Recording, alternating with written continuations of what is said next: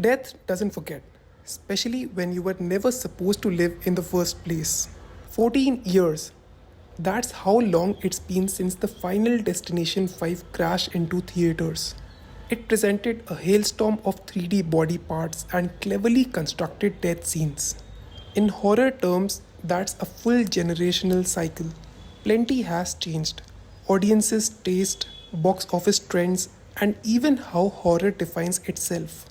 But with Final Destination Bloodlines, the franchise proves it still has teeth, sharpened, wicked, and ready to rip.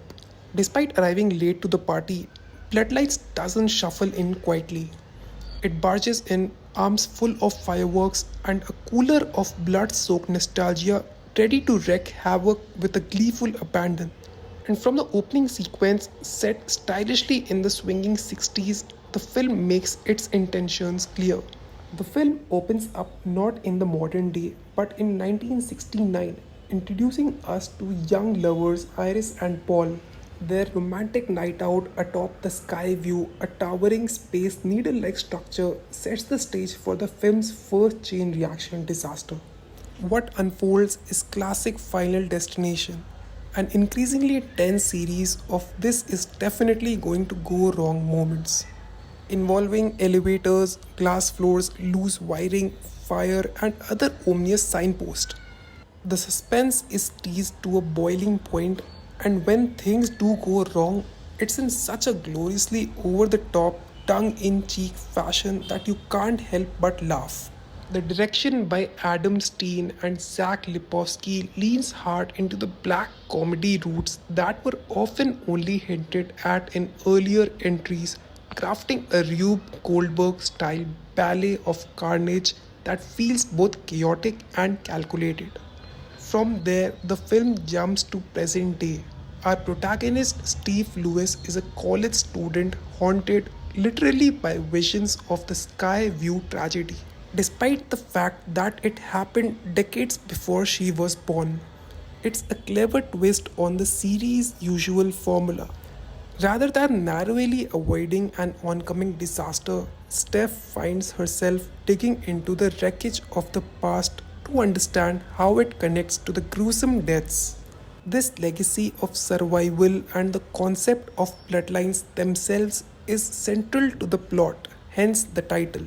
Steph's relatives, each of them walking horror tropes, are played with knowingly campy touch. They're dumb in just the right ways, oblivious to the looming threat of death until it's far too late. And let's be honest, that's part of the fun. Each death scene is an intricately constructed piece of suspense and gore with unpredictable payoffs. Whether it's a gym accident, a botched tattoo, or a rogue kitchen appliance, the kills come with creativity and flair, often misdirecting the viewer before the final blow lands. The film plays with expectations constantly, sometimes teasing one victim before pivoting to another. It's a clever shell game that keeps audiences guessing and gasping. Kudos must be given to the effects team who combine practical and CG elements with slick precision. Every snapped bone, severed limb, and impalement is designed to provoke both winces and applause. While a few pieces lack the punch of others, the majority land with giddy, gruesome delight. Steph herself is a less defined character than some of her franchisee's predecessors, but Caitlin brings enough emotional grounding to keep the character sympathetic. The subplot involving her estranged mother feels tacked on and comes too late to fully resonate, but it does attempt to give Steph some personal stakes beyond mere survival. Where Steph shines is in how she begins to see the code, gradually understanding the logic behind the deaths and trying to desperately break the cycle. The meta awareness, not just of the deaths but of the franchisee rules themselves, elevates bloodlines into self aware territory without devolving into parody. Of course, no Final Destination entry is complete without Tony Todd's iconic Bloodworth. Here, the filmmakers wisely give him a scene that serves both as exposition and as an emotional farewell. Framed with haunting reverence, Todd addresses not just the characters but the audience.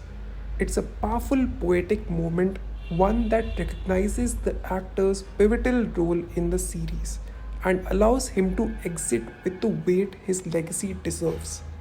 The film also peppers in visual and narrative references to earlier entries, lock trucks, tanning beds, swinging signs, but never in a way that's distracting or overly nostalgic.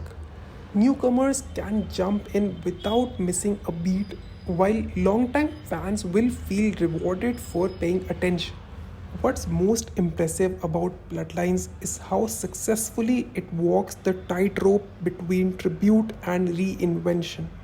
It leans into comedy harder than any of its predecessors but never forgets the sadistic thrill of a perfectly timed fatal accident.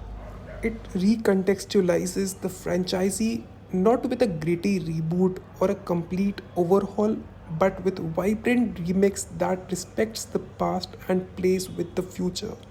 It's also a part of a broader trend like Evil Dead Rise, Scream 5, or even Drag Me to Hell. This film embraces the idea of horror as both genre and playground, where tone, tension, and timing must work in tandem.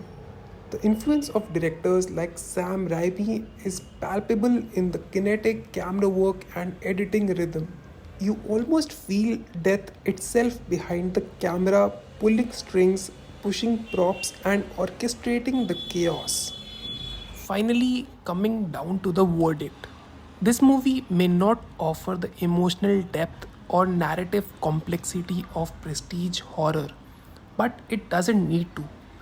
What it delivers is a spectacular return to form, slick, silly, savage, and smart enough to know what exactly it's doing. The kills are inventive, the humor is sharp, the pacing is relentless, and perhaps most importantly, it remembers what many horror sequels forget. Death isn't just scary, it can be funny, unpredictable, and gloriously theatrical. After all, the Grim Reaper has a flair for the dramatic.